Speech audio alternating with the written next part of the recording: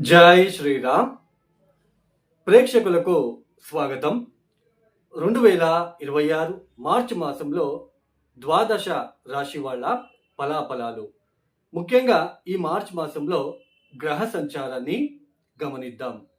శని మీన రాశిలో సంచారం, గురువు గారు వక్రించి మిథునంలో సంచారం చేస్తున్నారు. అయితే ఈ మార్చి 11వ తేదీ ఆయన వక్రత్యాగం చేస్తున్నారు. ఈ వక్రత్యాగం వలన మళ్ళీ తిరిగి కొన్ని రాశుల వాళ్ళకి మళ్ళీ గురుబలం అనేది గురుబలం యొక్క సహాయం దొరకబోతుంది. సహాయం అని మాత్రమే చెబుతున్నాను. ఎందుకంటే ఈ గురుబలం అనేది ఇప్పుడు మార్చ్ 11వ తేదీ నుంచి జూన్ 1వ తేదీ వరకు మాత్రమే ఈ గురు వక్రత్యాగం చేసిన తర్వాత మళ్ళీ కొన్ని రాశుల వాళ్ళకి గురుబలం రాబోతుంది.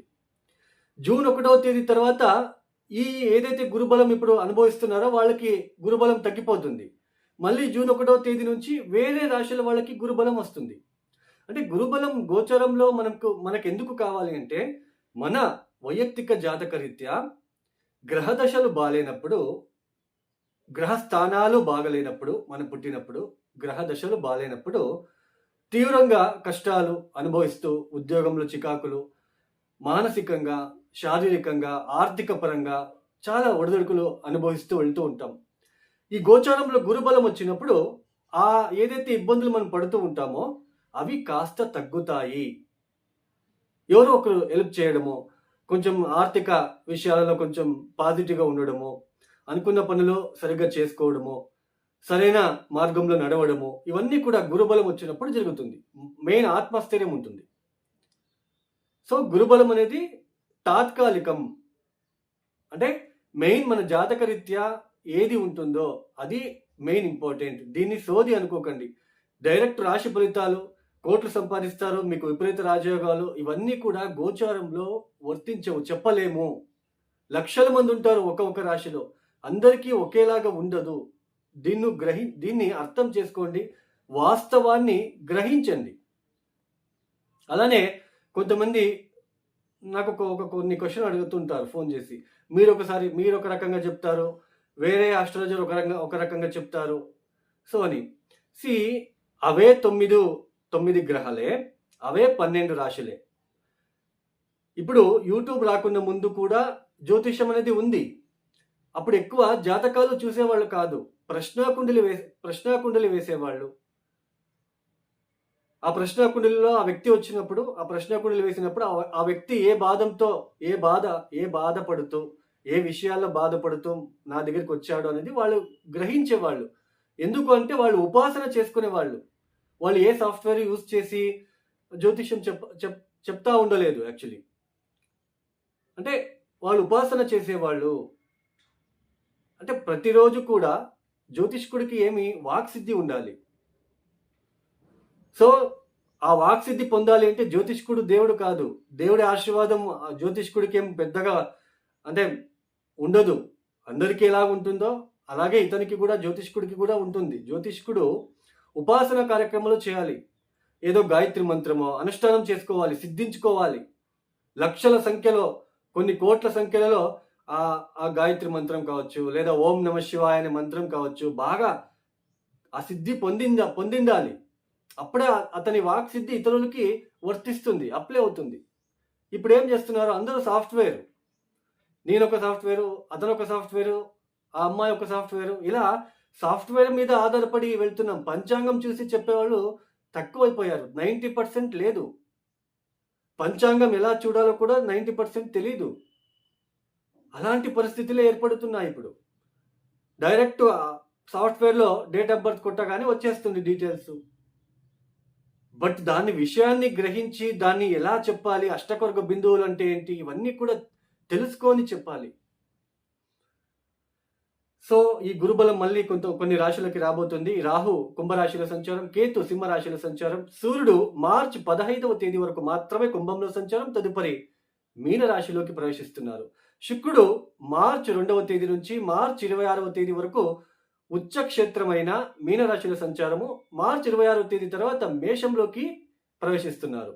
ఇక బుధుడు మార్చి 1వ తేదీ నుంచి మార్చి 21వ తేదీ వరకు వక్రించి కుంభంలో సంచారం, మార్చి 21వ తేదీ వక్రత్యాగం చేస్తున్నారు. ఇక ఈ మాసమంతా కూడా కుజుడు కుంభంలో సంచారం. ఈ గ్రహ సంచార రీత్యా 12 రాశుల వాళ్ళకి ఎలా ఉండబోతుందో ఒక్క రాశి గురించి తెలుసుకుంటూ వెళ్దాం. 2026 మార్చి మాసంలో మీన రాశి వాళ్ళ ఫలాఫలాలు. ముఖ్యంగా ఈ మార్చి మాసంలో మీన రాశి వాళ్ళకి మార్చి 11వ తేదీ గురువు గారు వక్రత్యాగం చేస్తున్నారు. ఈ వక్రత్యాగం వలన మీన రాశి వాళ్ళకి కాస్త పాజిటివ్ ఇంపాక్ట్ అనేది చూడవచ్చు. అలానే కొంచెం శుక్రబలం అనేది మీకు సహాయం చేస్తూ ఉంది. ముఖ్యంగా ఈ మార్చి మాసంలో 3వ తేదీ కేతుగ్రస్త చంద్రగ్రహణము మీ రాశి నుంచి 6వ స్థానమైన సింహ రాశిలో జరగబోతుంది. మార్చి 15వ తేదీ వరకు సూర్యుడు 12వ స్థానంలోనే రాహుతో కలిసి సంచారము, అలానే సప్తమాధిపతి చతుర్థాధిపతి అయిన బుధుడు కూడా వక్రించి సంచారం చేయడం అనేది, కుజుడు కూడా 12వ స్థానంలో సంచారం అనేది అనవసరమైన భయము, ఆరోగ్యరీత్యా ఇబ్బందులు కావచ్చు, ఆరోగ్యరీత్యా ఒడదొడుకులు, మానసికంగా శారీరకంగా కూడా కొన్ని ఇబ్బందులు, ఖర్చులు ఎక్కువగా పెరిగిపోవడం లాంటిది, ఆకస్మికంగా ఆర్థిక విషయాల ఖర్చులు, అలానే చెడ్డ కలలు, చెడు కలలు, నిద్ర లేకుండా టెన్షన్కి గురి అవ్వడము, చెడు అలవాట్లకి బానిస అవ్వడము, చెడు ఆలోచనలు పెరిగిపోవడము, ఇలాంటివి ఎక్కువగా ఉండే ఆస్కారాలు ఉంటాయి. అలానే ఈ సమయంలో ఫారిన్ ట్రావెల్ చేసే వాళ్ళకి కొంచెం బాగుంటుంది. దూరపు ప్రాంతాలలో ప్రయాణం చేసే వాళ్ళకి కొంచెం అలాంటి సిచ్యువేషన్ వస్తుంది. అంటే దూరపు ప్రయాణాలు చేయాల్సిన ప్రమేయాలు మీకు ఏర్పడే సూచనలు ఉంటాయి.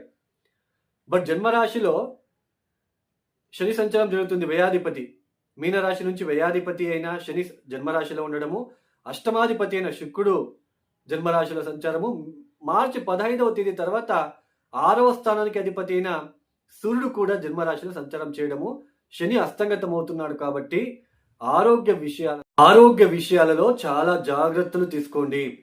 అలానే కోర్టు విషయాలలో, కోర్టు తగాదాలలో ఎవరైనా చిక్కుకున్న వాళ్ళకి కూడా కొంచెం వెనక్కి పడిపోవడం లాంటిది, కొంచెం ధైర్యం కోల్పోవడము, ఇలాంటివి కూడా సంఘటనలు జరగడానికి ఛాన్సెస్ ఉంటుంది. వ్యాపార అభివృద్ధి కోసం చేసే ప్రయత్నాలలో కొన్ని ఆటంకాలను మీరు అధిగమిస్తారు. వ్యాపార అభివృద్ధి కోసం చేసే ప్రయత్నాల్లో సఫలీకృతం అవుతారు. వ్యాపార అభివృద్ధి కోసం బాగుంటుంది. అలానే మార్చి 11వ తేదీ తర్వాత గురువు గారు వక్రత్యాగం చేస్తున్నారు. కాబట్టి ఎవరైతే ఉద్యోగ విషయాలలో చాలా ఇబ్బందులు పడుతున్నారో, ఉద్యోగం కోసం చాలా వెయిట్ చేస్తున్నారో, లేదా ఉద్యోగ బదిలీల కోసం ఎవరైతే ప్రయత్నం చేస్తున్నారో వాళ్ళందరికీ కూడా సక్సెస్ అనేది ఉంటుంది. అంటే కొత్త ఉద్యోగం ప్రయత్నం చేస్తున్నాను, ఈ సమయంలో ఉద్యోగ అవకాశాలు రావడానికి ఛాన్సెస్ ఉంటుంది. అలానే గృహ మార్పిడి చేసుకోవాలనుకున్నా, అంటే ఉన్న ఇల్లుని మారాలనుకున్న వాళ్ళకి కూడా కలిసి వస్తుంది. అలానే లేదా కొత్త ఇల్లు కట్టాలనుకున్న వాళ్ళకి కూడా కలిసి వస్తుంది. అలానే ఆల్రెడీ ఉద్యోగంలో ఉంటున్నాను బట్ నాకు ఇంక్రిమెంట్ అవ్వట్లేదు, వాళ్ళకి కూడా కలిసి వస్తుంది. అలానే ఉద్యోగంలో ఉన్న స్ట్రెస్ కాస్త తగ్గుతుంది. అలానే ఇంట్లో ఉన్న స్ట్రెస్ కూడా తగ్గడానికి ఛాన్సెస్ అనేది ఉంటుంది. అంటే పాజిటివ్ ఇంపాక్ట్ అనేది గురువు వక్రత్యాగం వలన మీకు ఏర్పడబోతున్నది. అలానే కాన్ఫిడెన్స్ పెరుగుతుంది, మెయిన్ ఆత్మవిశ్వాసం పెరుగుతుంది. కాస్త మార్చి 11వ తేదీ తర్వాత ఆత్మవిశ్వాసం పెరగడం, ఇవన్నీ కూడా ఉండే అవకాశాలు ఉంటాయి. బట్ ఎవరికైతే ఈ కుజ, రాహు, బుధ, అలానే సూర్య, శని భుక్తులు, అంతర్భుక్తులు దశలు జరుగుతూ ఉంటాయో వాళ్ళు జాగ్రత్తలు తీసుకోండి. ఆరోగ్య విషయాలలో ఎస్పెషల్లీ జాగ్రత్తలు తీసుకోండి. ఖర్చులు పెరగకుండా చూసుకోండి. వేస్ట్ ఖర్చులు ఎక్కువగా అవుతూ ఉంటాయి ఈ సమయంలో. చెడు ఆలోచనలు, చెడు అలవాట్లకి గురి అవ్వడము, చెడు స్నేహాలు, ఇలాంటివన్నీ ఎక్కువగా ఉండే ఆస్కారాలు కూడా ఉంటాయి. అలానే మెడ నొప్పి కానీ, బ్యాక్ పెయిన్ రిలేటెడ్, అలానే లోన్లీనెస్గా ఫీల్ అవ్వడం లాంటిది కూడా ఉండడానికి ఛాన్సెస్ ఉంటుంది. నిద్ర లేని రాత్రులు కూడా ఉండే ఆస్కారాలు, చెడు కళలు, సర్పాలు కళలోకి రావడము, ఇలాంటివి కూడా చోటు చేసుకునే ఆస్కారాలు ఉంటాయి. కాబట్టి ఎక్కువ ఇబ్బంది పడకుండా ఫ్రీగా ఉండడానికి మాత్రమే ప్రయత్నం చేయండి. ముఖ్యంగా ఈ మీనరాశి వాళ్ళు తప్పనిసరిగా మృత్యుంజయ ఆరాధన, మృత్యుంజయ మంత్రం చదువుకోవడము, ప్రతిరోజు ఓం నమ శివాయ ఒక 1000 సార్లు చదువుకోవడానికి ప్రయత్నాలు చేసుకుంటే చాలా మంచిది అండి. ఇవి 2 పరిహారాలు మీరు చేస్తూ ఉండడానికి ప్రయత్నం చేయండి. అలానే రాత్రి వేళ పడుకునేటప్పుడు హనుమాన్ చాలీసా చదువుకొని పడుకోవడానికి ప్రయత్నాలు చేసుకోండి. ఇక ఎవరైతే ఈ వీడియోని చూస్తున్నారో లైక్ చేయండి, షేర్ చేయండి, సబ్స్క్రైబ్ చేసుకోండి, కామెంట్ చేయండి. ఇక సర్వేజనో సుఖినో భవంతు. ధన్యవాదాలు. జై శ్రీరామ్.